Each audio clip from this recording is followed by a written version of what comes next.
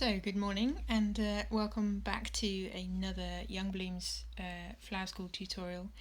A slightly different one today. I've brought another lovely person on board to have a chat with.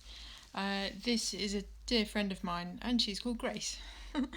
It's just a really interesting chat. I just wanted to sort of catch up with her and see where she's at. She's running two really interesting projects. And so we just sort of skimmed over the top of what's happening at the moment with the whole COVID-19 stuff and how it's affecting her, how it's affecting me.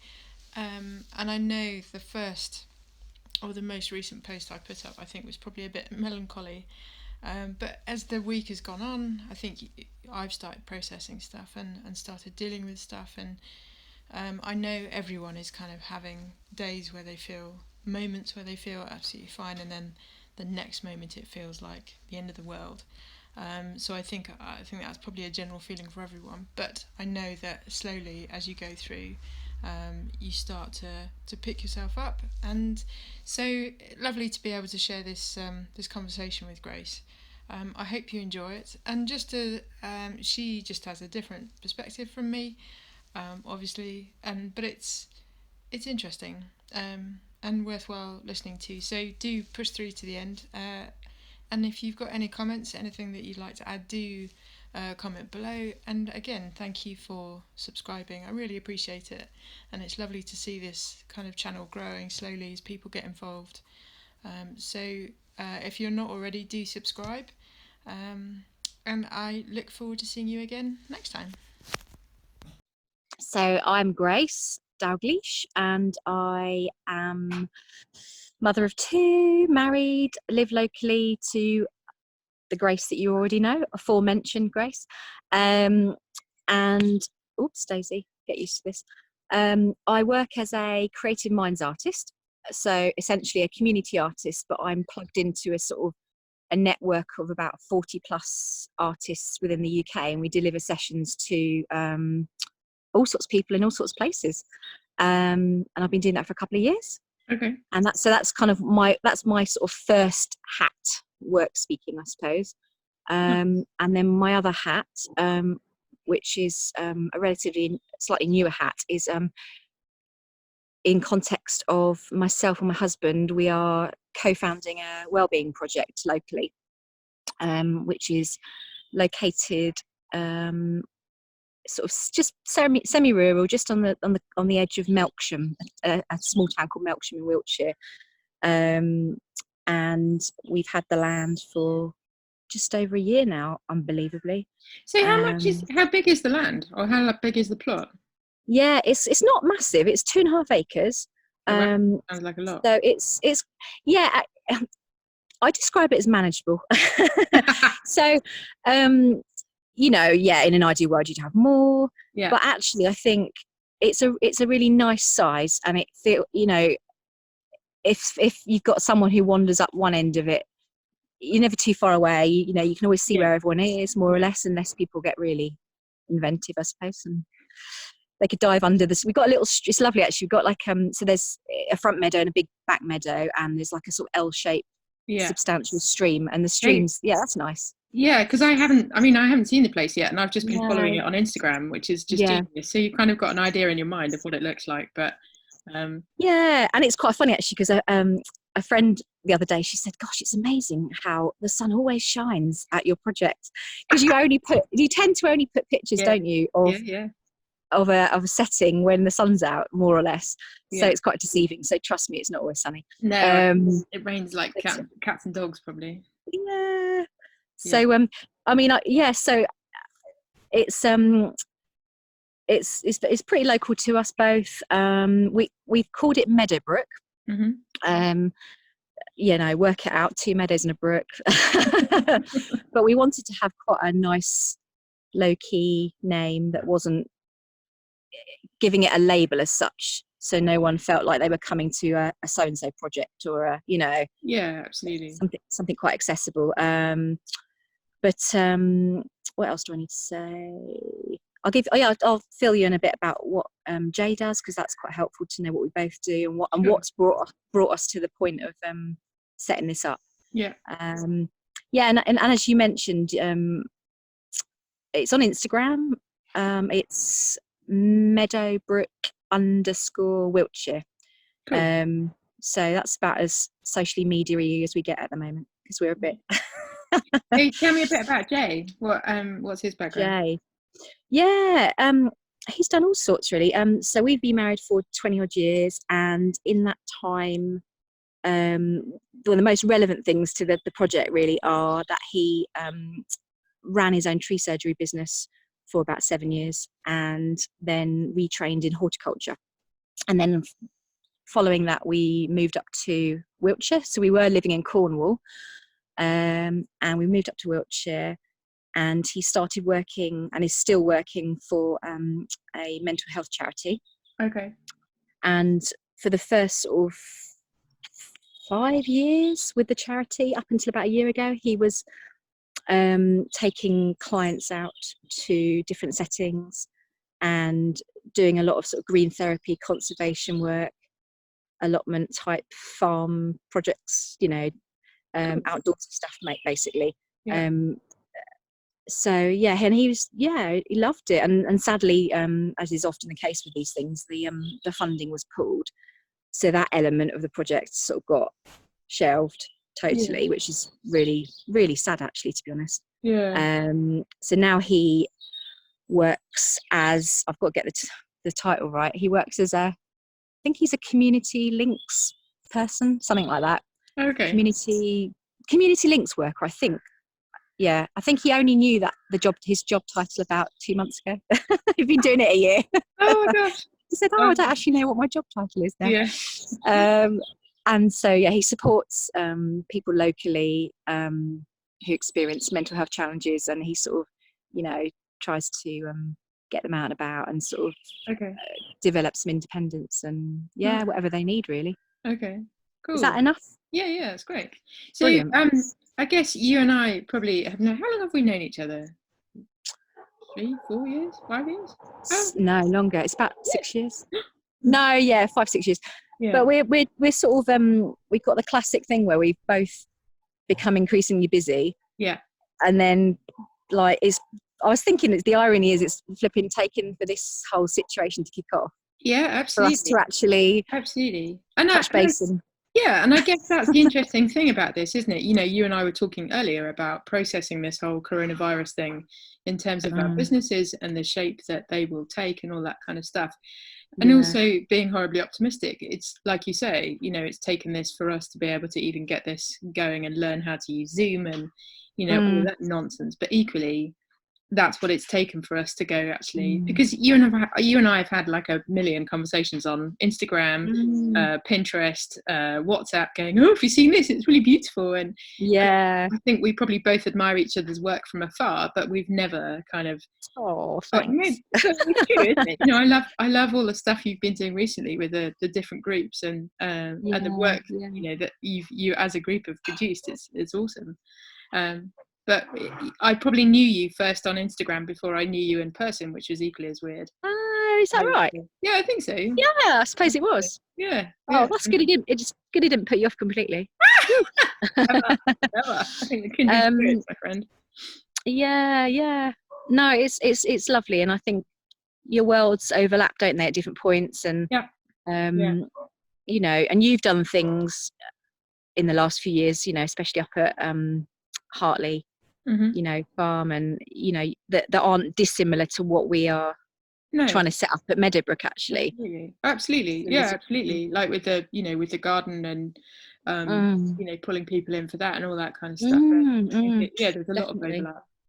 Yeah, and like actually, one of our mutual friends who you live very near to, she was somebody who who'd really benefited from what you were doing up at the farm. And she sort of got stuck into the sort of horticultural therapy side of it, and So I guess my YouTube stuff is a lot of, there's kind of half tutorial, like how to do such and such, or how to make such and such, but equally half as me getting on my soapbox and going, so what do you think about this, and I really struggle with this, and I found it helpful to do this, and that kind of thing. And I guess probably this is more along the lines of as a small business, as a charity, or whatever your freelancer, whatever your label is, the next year, you're trying to navigate the next year, and what that will look like. I said to you earlier, Grace, I think I'm taking 2 weeks to mourn the fact that this coronavirus has done what it's doing, and you kind of, there comes a point where we're going to have to shake it off and go, okay, what does my business look like now? As I reshape, as I reform, as and how do you feel like? I know you've said like being at home with the kids, it's been lovely in the last week or so, but going forward, do you have thoughts that are forming of kind of maybe it'll look like this, or I don't know? Yeah, it's early days. I mean, fortunately, the kids, they're pretty adaptable, so I think we'll navigate that all right. I think, as a parent, I don't want to be too distracted, and sort of for them to feel, my priority is getting my work going, or getting the project going.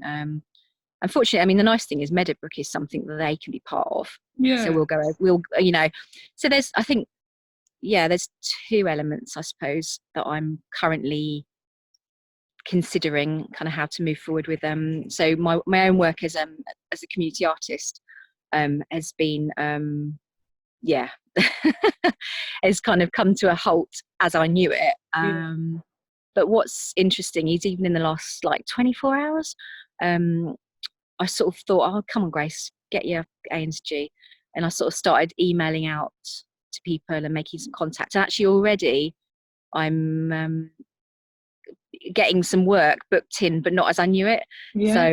So that's really encouraging. So actually I'm feeling a lot brighter about that, even just in the last 24 hours. A silver lining is that with the situation as it is, it's obviously sort of freed up, in some ways it's freed up time, because obviously I've got the kids to give attention to and whatever else. Got one waving me in the corner now.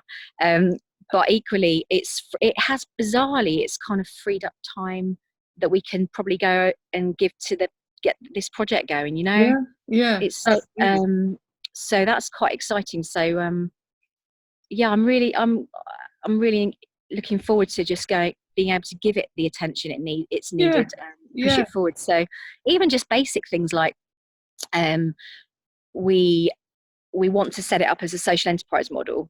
Okay. So I've been sort of reading up on that and talking to people and whatever, and so I'm actually going to have some time where I can actually fill in the forms to actually get us set up as a community interest company and get that ball rolling, rather than just talking about it.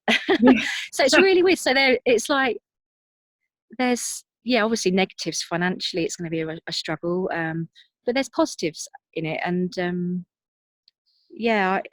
you sort of, I suppose it's like anything, isn't it? You get these surges of enthusiasm and motivation and feeling a bit braver, and then you get these like surges of just like, I want to hibernate in a corner. That's so, and it's so comforting to hear you say that, because I'm exactly the same. I think I have moments of just I'd quite happily get a big bottle of vodka and drink it and get quite drunk, that feeling to kind of sort of, because I find the way that this is unfolding for me is it's happening in dribs and drabs. You kind of get a couple of emails and people saying, I'm going to postpone, is that okay, and we'll do it next year, and you think, okay, well, that's business coming in for next year, that's great. Then you get I had an email from my wholesaler saying we're ceasing trading as of this Friday. You're like, oh. And so then you have to process that, and I think you're right, you have these moments of abject terror, and then you, like you said, you have to pull your finger out and start emailing people and be brave and go, no, I just need to do this. But it oscillates quite beautifully between the two. Oh, that's such a lovely word. It's good, isn't it? Oscillate. That's like my word of the day. I mean, it's actually like talking of this is so cheesy. I'm going to do one of those really cheesy little links, but So I've been trying to think of ways to stay connected to the people that I've involved with, whether that's at the project or people that I've met through the sessions and stuff. Yeah. So so I've started a few little creative challenges off with different groups that I work with. That's brilliant. And actually, so that's probably why I tuned into that word. So one of the little challenges is like we've got like a little group of people that are going to be sort of instrumental to Meadowbrook. Okay. And so I think this is week two of a creative challenge we're doing. So the word I set them earlier was inventive. No, it wasn't. It was invention. So last week's word was emerge.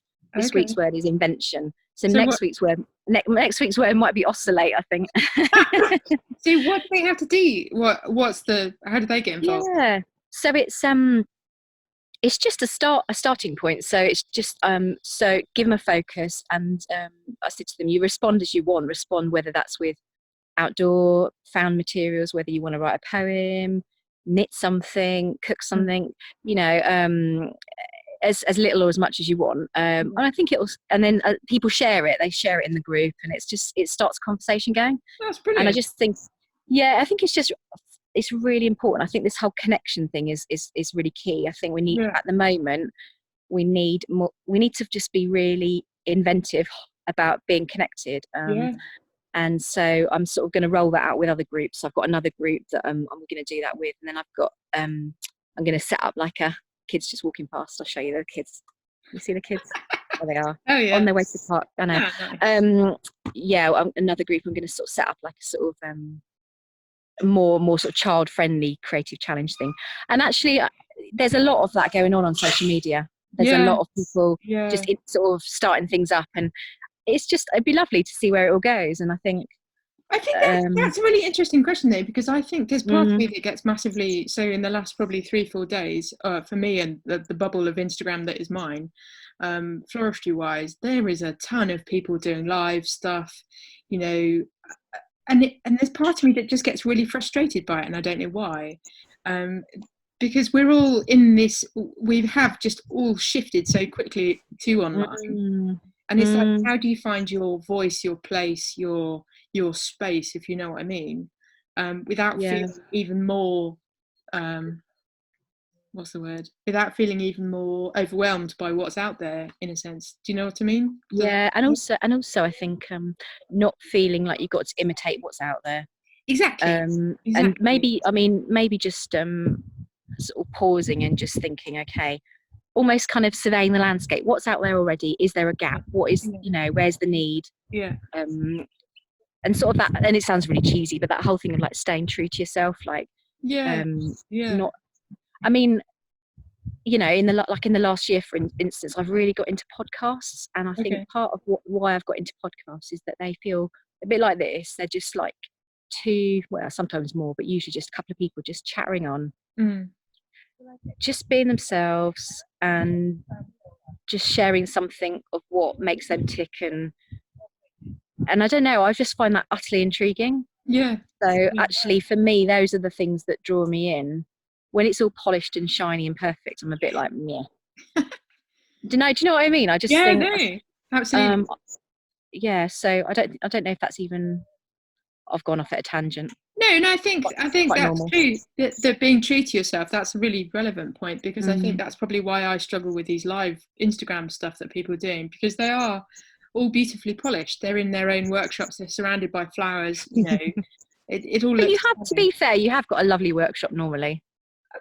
Yeah, for sure. I don't look like that. But that's by the by. But it's a tax up at times. It really is.